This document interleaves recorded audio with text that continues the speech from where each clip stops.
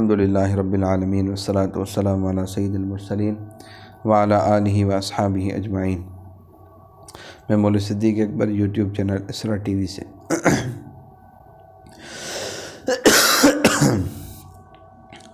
صاحبان انگریز کا رویہ۔ یہ قوم جس کی ہندوستانیوں نے یہاں تک عزت اور تعظیم کی کہ لفظ صاحب ان کے لیے مخصوص کر دیا،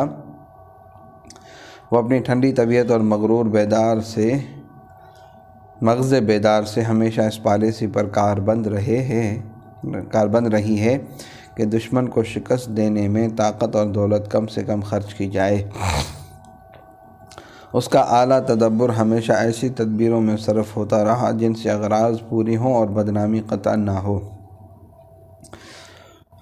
ہندوستان جیسے وسیع ملک کی قوموں اور نسلوں میں اختلاف و تفرقہ فطری امر ہے۔ ایسے موقع پر محبان وطن کی کوشش یہ ہوتی ہے کہ مختلف قوموں کے مزاج کو اس طرح اعتدال پر رکھا جائے کہ فرقہ واریت کا مرض ابھرنے نہ پائے۔ لیکن انگریزوں کی کوشش یہ تھی کہ فرقہ واریت سے زیادہ فائدہ اٹھایا جائے۔ بابر نے ہمایوں کو وصیت کی تھی، جس طرح انسان کے جسم میں 4 عناصر مل جل کر کام کر رہے ہیں، اسی طرح ہندوستان کے مختلف المذاہب رعایا کو ملا جلا رکھو اور ان میں اتحاد عمل پیدا کرو تاکہ جسم سلطنت مختلف امراض سے محفوظ و مامون رہے۔ اور انگریزی دور کے حکمرانوں کا نظریہ یہ تھا، ہندوستان میں ہماری حکومت کے ہر صیغے کو خواہ و خارجی تعلقات سے واسطہ رکھتا ہو یا عدالتی اور حربی نظم و نسق سے، یہ اصول ہمیشہ مد نظر رکھنا چاہیے کہ تفرقہ ڈالو اور حکومت کرو۔ اس تحریک کے بارے میں انگریزوں کا جو رویہ رہا وہ ڈپلومیسی اور شاطرانہ تدبر کی بہترین مثال ہے۔ جب تک اس تحریک کا تعلق انگریزی مقبوضات سے صرف اتنا رہا کہ رنگ روٹ بھرتی کیے جائیں اور سرمایہ فراہم کیا جائے، تو انگریزی حکومت کے ذمہ داروں نے اس کی طرف کوئی التفات نہ کیا، بلکہ بعض انگریزوں نے اس کی حمایت کی۔ چنانچہ سید صاحب کے قافلے کی دعوت کرنے والوں میں جہاں مسلمانوں اور ہندوؤں کے نام ہے، وہاں ایک انگریز کا نام بھی ہے، جس نے پورے قافلے کے لیے کشتیوں پر کھانا پہنچایا تھا۔ جب حج کو جاتے ہوئے قافلہ قصبہ ڈلمو سے الہ آباد کی طرف گنگا کے راستے سفر کر رہا تھا، کلکتہ میں مولانا محمد اسماعیل صاحب کے واعظ میں جہاں ہندو مسلمانوں کا اجتماع ہوتا تھا، صاحبان انگریز اور ان کی میم صاحبان بھی شریک ہوتی تھی، بلکہ منشی محمد جعفر صاحب تھانے سری مصنف سوانح احمدی کا بیان تو یہ ہے، جہاد پر جانے سے قبل سید صاحب نے براہ دور اندیشی شیخ غلام علی صاحب رئیس الہ آباد کی معرفت نواب لیفٹیننٹ گورنر بہادر اضلاع شمالی و مغربی کو بھی اس تیاری جہاد کی اطلاع دے دی تھی، جس کے جواب میں صاحب ممدوح نے تحریر فرمایا کہ جب تک انگریزی عملداری میں کسی فتنہ و فساد کا اندیشہ نہ ہو، ہم ایسی تیاری کے مانے نہیں۔ ڈاکٹر ہنٹر اس سے بھی آگے یہاں تک فرماتے ہیں، ایک انگریز تاجر نے جو شمالی مغربی صوبہ میں تیل کی بہت بڑی تجارت کرتا تھا، مجھے بتایا کہ اس کے بہت سے دیندار مسلمان ملازمین کا یہ عام قاعدہ تھا کہ وہ اپنی تنخواہ کا معین حصہ ستیانہ کیمپ کے لیے علیحدہ کر دیا کرتے تھے، اور جو ان میں زیادہ جوشیلے اور بہادر تھے وہ کسی نہ کسی مدت کے لیے متعصب امام کے ماتحت خدمات انجام دینے کے لیے چلے جاتے تھے۔ جس طرح کبھی کبھی اس کے ہندو ملازم اپنے باپ کی برسی منانے کے لیے ہر سال چھٹی کی درخواست کرتے تھے، اسی طرح اس کے مسلمان ملازم جو تیل کی تجارتی کوٹھی میں کام کرتے تھے، 1830 اور 1846 کے درمیان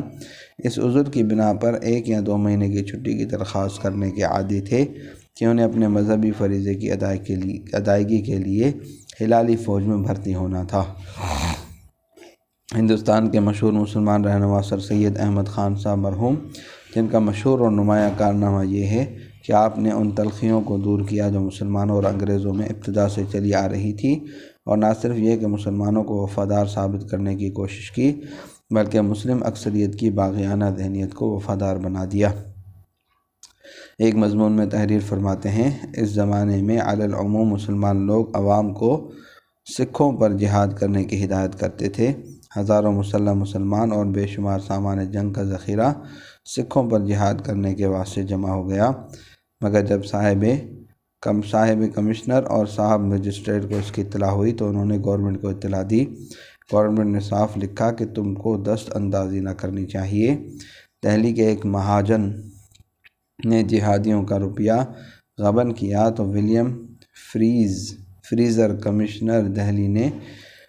ڈگری دی جو وصول ہو کر سرحد بھیجی گئی۔ اب سوال یہ ہے کہ انگریزوں نے یہ رویہ کیوں اختیار کیا؟ اس سوال کے متعلق ڈاکٹر ہنٹر کا خیال تو یہ ہے کہ 1822 عیسوی تک سید احمد صاحب کی تبلیغ کی طرف انگریزی حکام نے کوئی توجہ نہ کی۔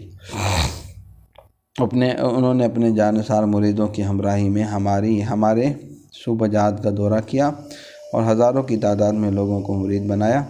اور ایک باقاعدہ گدی، مذہبی ٹیکس اور ملکی حکومت کی قائم کر دی۔ اس اثناء میں ہمارے افسر اپنے ارد گرد کی بہت بڑی مذہبی تحریک سے بے خبر ہو کر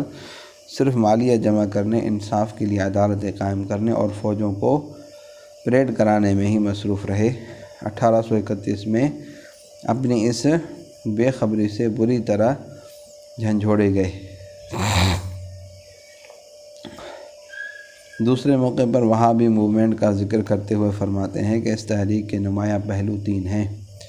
ایک، تنظیم کی اعلیٰ قابلیت، نمبر 2، رازداری، نمبر 3، وفاداری۔ میرا ڈاکٹر ہنٹر صاحب انگریزوں کے اس رویے کی وجہ غفلت، لاپرواہی، ناواقفیت اور تحریک کی غیر معمولی رازداری قرار دیتے ہیں،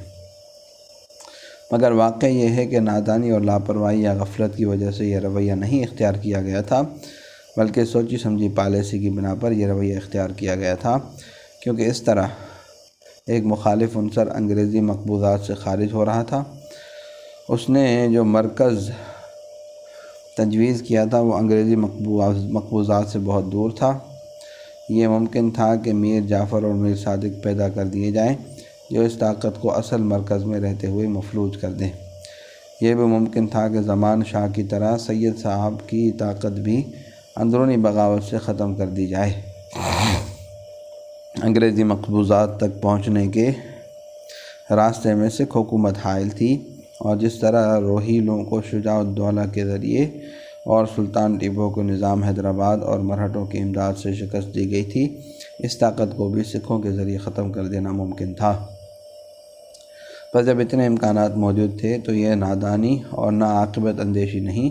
بلکہ عین تدبر تھا کہ اپنے مقبوضات میں اس تحریک کی طرف قطعاً التفات نہ کیا جائے تاکہ یہ رواداری اور فراخ حوصلگی کی نمائش بھی ہو جائے، ملک میں بدامنی بھی نہ پھیلے اور غیر معمولی طاقت صرف کیے بغیر دشمن کا خاتمہ ہو جائے۔ چنانچہ یہ حقیقت ہے کہ انگریزی ڈپلومیسی نے وہابیت کا الزام تراش کر وہ نقصان پہنچایا کہ نہ سکھوں کی ٹڈی دل فوج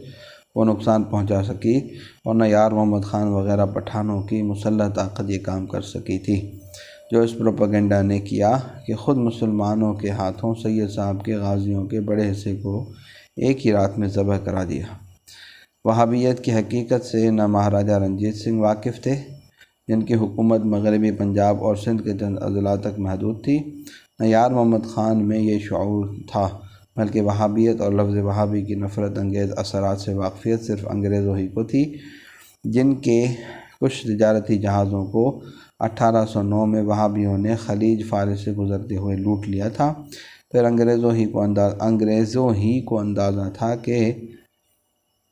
وہابیوں کی طرف سے مشرق وسطیٰ، افریقہ اور ایران میں کتنی نفرت پھیلی ہوئی ہے۔ صلی اللہ تعالیٰ علی حبیب سیدنا محمد وعلی آلہ وصحبہ اجمعین برحمتک یا ارحم الراحمین۔